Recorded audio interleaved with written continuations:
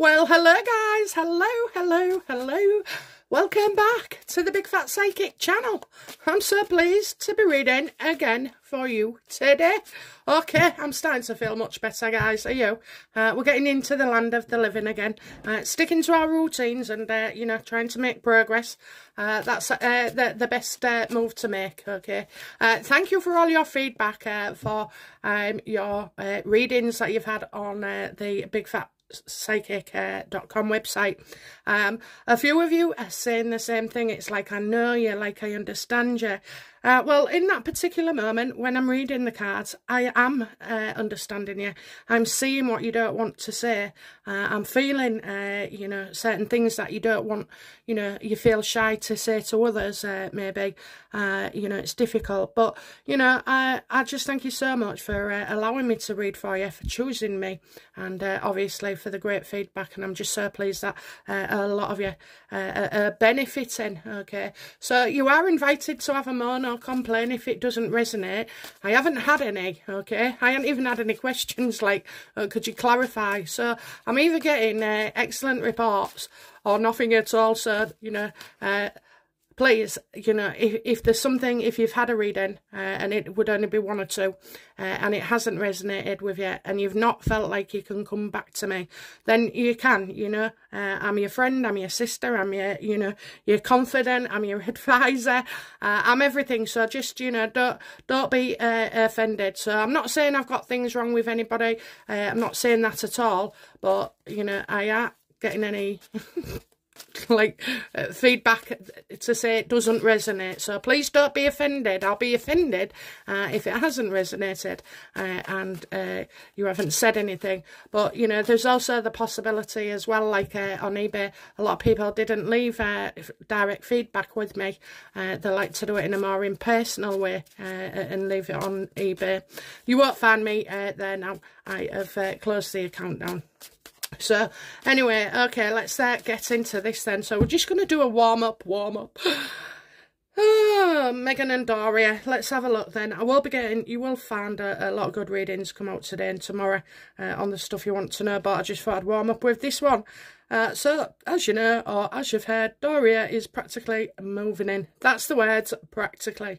Not has officially, but practically. So, it got me thinking, you know, will Megan ever ruin her mum financially? And that's what we're going to ask about. Okay, so let's have a look. How are Doria's finances?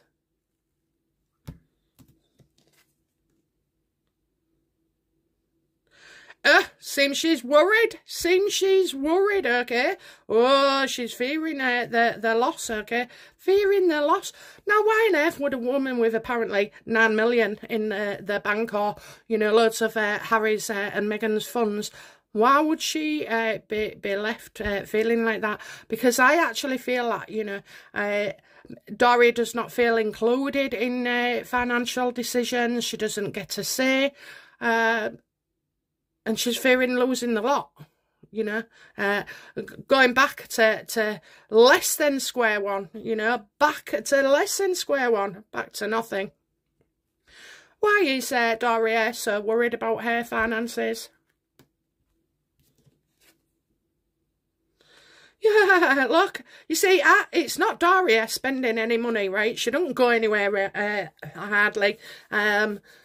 You know, but I am getting unhealthy here, so there could be like a, you know, have we got enough to be able to sort this out? Somebody's in pain, somebody's got heartache, somebody is not well at all. So it could be, you know, are they going to have to spend all the money on, you know, somebody, getting somebody out of pain? You see, there is Harry, Megan and Doria. But Doria's just a face, you know, she's just a face. She doesn't do anything. The nannies do the work. Doria is quite happy to manipulate Harry. But let's see. How does Doria see Harry?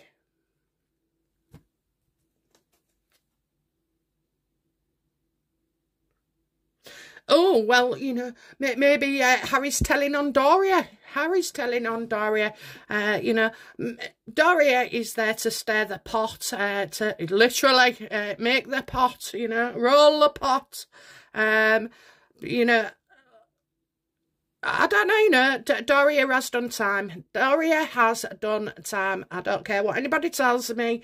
She has done time in the past. So this could be something as well, you know, that she's worried about. But I just feel like Harry has been stirring the pot here with Meghan and her mum. So, you know, there is some stirring also as well, you know.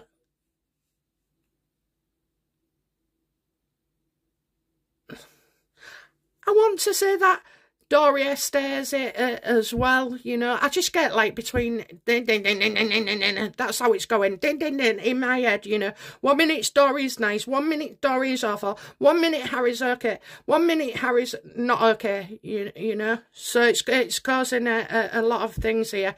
I think there's something going on where Doria is getting pushed out, never mind being roped in. How does Harry feel about Doria?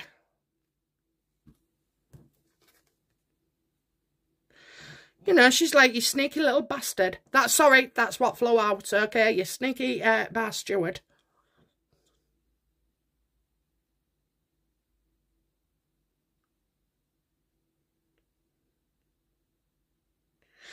Harry's probably wondering, you know, why on earth is people talking about Doria moving in? How does he feel about Doria? Harry feels like he knows well enough to know that there can be trouble, you know, that there can be trouble, that he's suspicious of her. Sometimes he thinks she's leaking things, you know, because it could never be your own wife, could it? It could never be your own wife. I'm going to say, I don't think he's a big fan of hers. I really don't, and this shows it, okay? This shows it. She feels left out in the cold. It's a freeway situation. Somebody's bloody upset. Somebody's bloody unhealthy. She's, you know, deliberately, you know, causing problems here, and he's suspicious of her as well. He's onto her.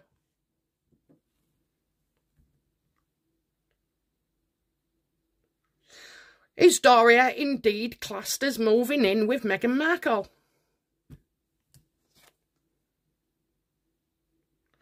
No, it's just a story. It's just a story because you know what? And you've got the 3 and a 3 reversed there as well. So you've got, you know,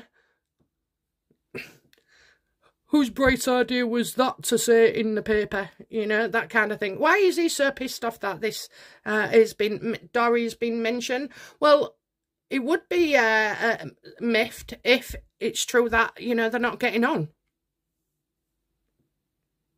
I think this is, you know, getting somebody else to blow a story. Somebody else is going to blow a story. And it's as if we kind of feel like we find out something here about Doria after a very long time.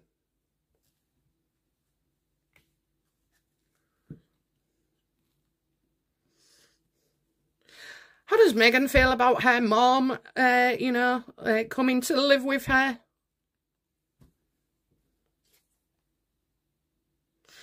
Oh, look, you know, it gets more attention, it gets attention. They're just scraping the bottom of the barrel. You know, the excuses that, you know, Meghan's healing.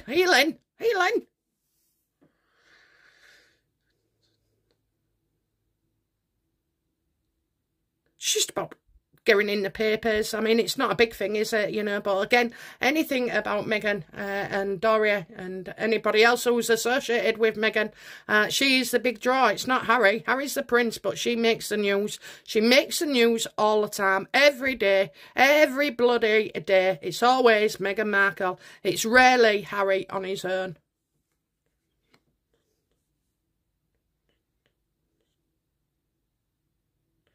I think, you know, Meghan's not feeling too well about certain things as well. That could be getting reported here.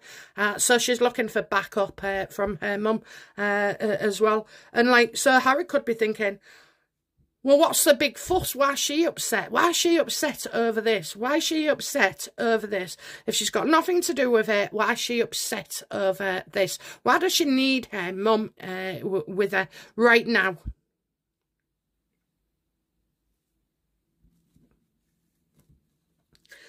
So go on then, let's ask, you know, why does Meghan need mommy so much? Because mummy knows everything. Mummy knows everything, okay? And if we're going to travel, we need mother with us, you know.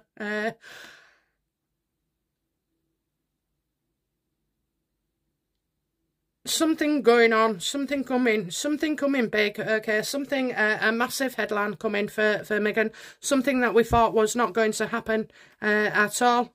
Not suddenly, okay? It's been in the pipeline for a while, and now it's coming forward. So somebody's going to shoot Meghan Markle right up there into the stratosphere with headlines that go round the world.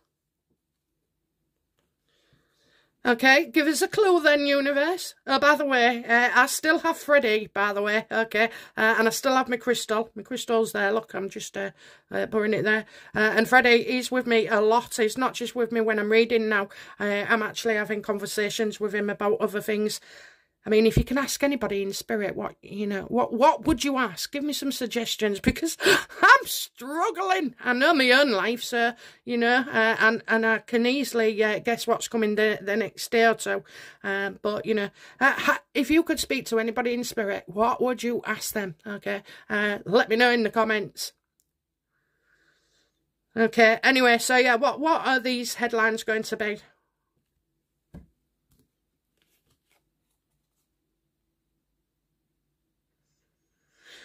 Well, you know, Seven of Swords reverse, don't you just love it, okay?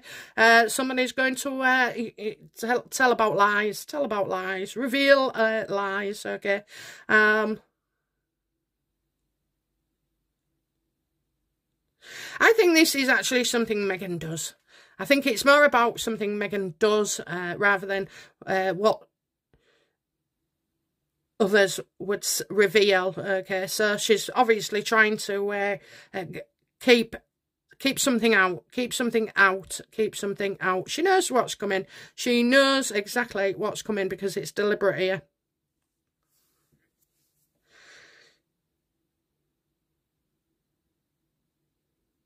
I kind of get that, you know, Meghan is going to be up to her old tricks in no time at all. I feel like she's going to pull a stunt. It's always when it comes to, like, you know, with the royals, comparing, and, well, obviously she's out for a fight, isn't she, at the moment? She's trying to get response any way she can. It's unfair. It's not fair. Why you treat me like that? Why you treat him like that? Why can she do this? Why can't I do that? Oh my God, have you been in a time warp or something, love? You have done everything and more. You've wrote the books. You've been on the bench. You've played the racism card. You have labelled the UK as racist. That's not something Fergie ever did, you know. She didn't dish the dirt either on King or Andrew, you know. She could have turned on him, but she never. I mean, that's how you should behave in the future, Meghan, regarding Harry. You know, keep your own counsel. I don't think so. I think, you know, there's a massive stunt coming this way, and we're not going to like it. It does involve other parties, unfortunately.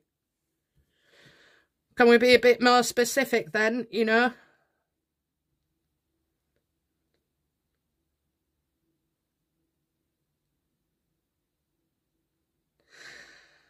Can we be a bit more specific?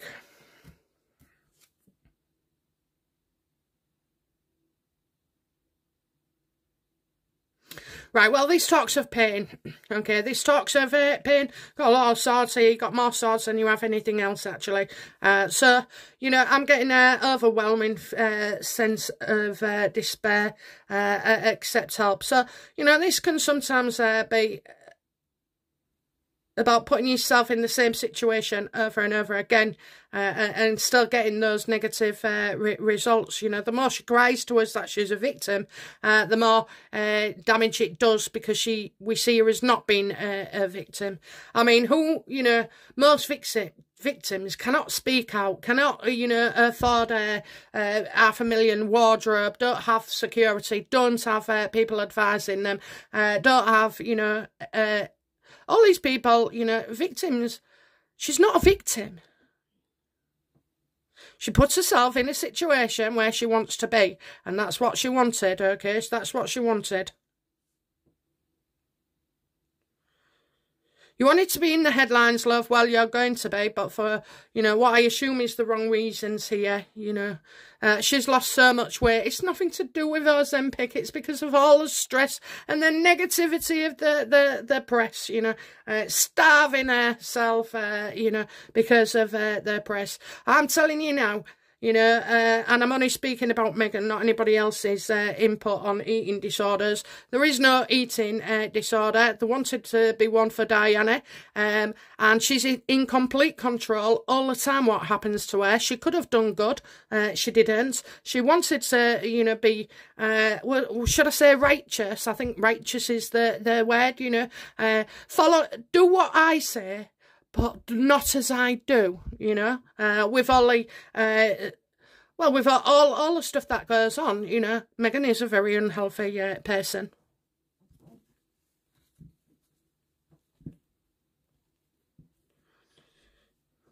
How does Doria feel about Meghan?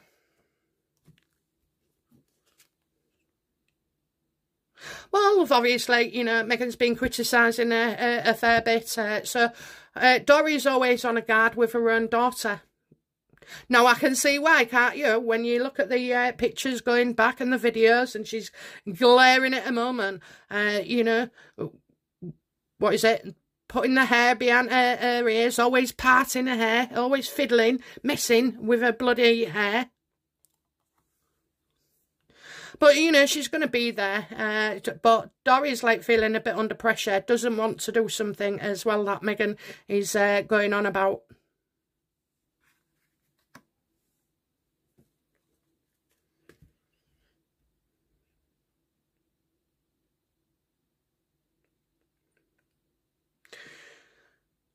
What does Meghan want Doria to do?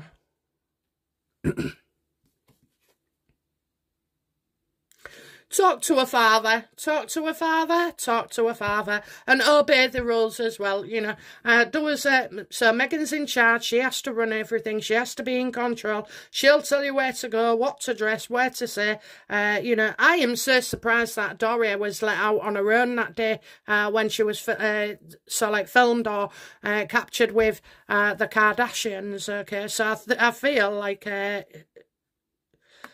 this is like, talk to my father, talk to my father.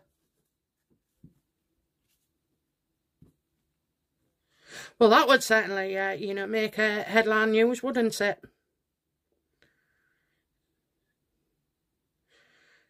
And a three-way situation, well, that could be Meghan, Doria and the father. I can't see Meghan going anywhere near San Marco.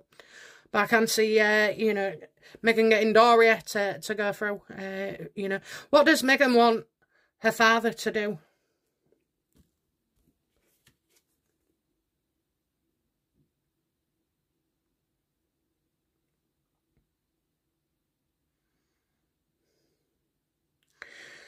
I just keep getting, you know, rumours that aren't true, deception. So Meghan's obviously, like, denying the fact that, so she probably feels that she could just go in and match to her dad and get him to drum to her tune, you know, I'm your daughter, I'm your little girl, I'm this, I'm that.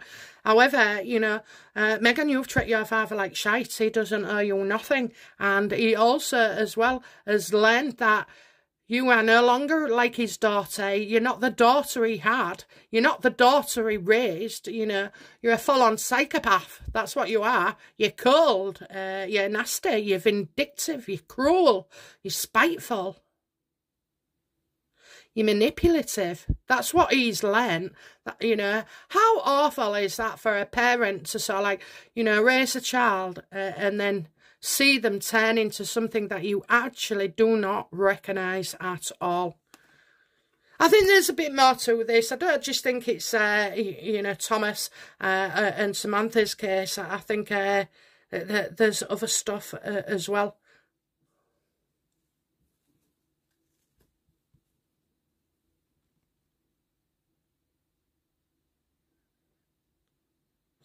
Does Doria have any contact with Mr. Markle?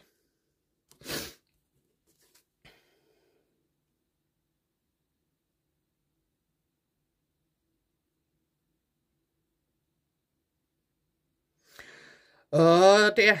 Oh dear. Okay. Oh dear. Which Mr. Markle? I meant the Thomas Markle, the big one. Okay. Right. So I'm getting Harry in the mix here, as if it, you know, why can't I see him? You know, the delays and the suspicion. You know, why can't I see this person? Why can't I talk to this person? Why can't I talk to Thomas? Why can't we see what's going on and see if we can resolve this? You know, what's the big deal? What's the big deal? So you got Harry in the mix here. So, you know, you can imagine that these conversations for Meghan are the worst kind. She doesn't want anybody to know something, you know. She doesn't want... there's nothing stopping Harry by directly going to Thomas Markle. But why doesn't Harry go directly to Thomas Markle?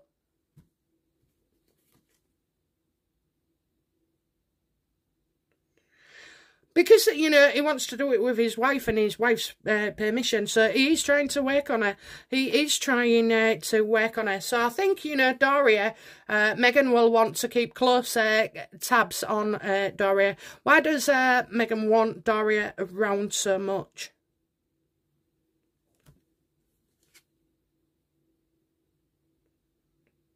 Yeah, to protect what's hers, she wants her right under the radar, under the influence as well, right under her radar.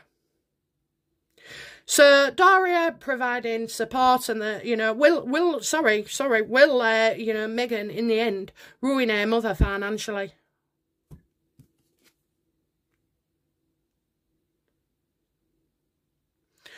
Absolutely. And this comes from the fact that basically you have something called new money and old money. So people with old money just know how to, you know, invest or look after their monies and everything. People with new money, like Meghan, she got, I mean, she barely had any money of her own, never mind 5 million. Bollocks. 5 million excuses. But... you know, yeah, so this is Meghan. She doesn't know how to deal with money. They'll be as poor as I don't know what, you know. I think Doria will find herself worse off in the future than she was in her young childhood days. Okay, so we're going back somewhat there. So, yeah, I definitely feel like, you know, Meghan will make Doria's financial life, oh, quite hell. I mean, who goes and wastes like $500,000 on a wardrobe? You know, I mean, that's just crazy. That's how lottery winners, you know, lose all the money, because they don't think, you know. They think, oh, I've got this, I can afford that.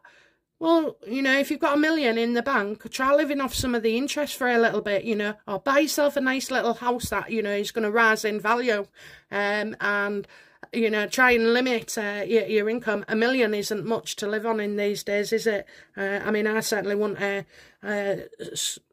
I wouldn't turn it down at all. I wouldn't. But I wouldn't be going out there getting, you know, tattoos and bloody makeup and clothes and going on fancy holidays.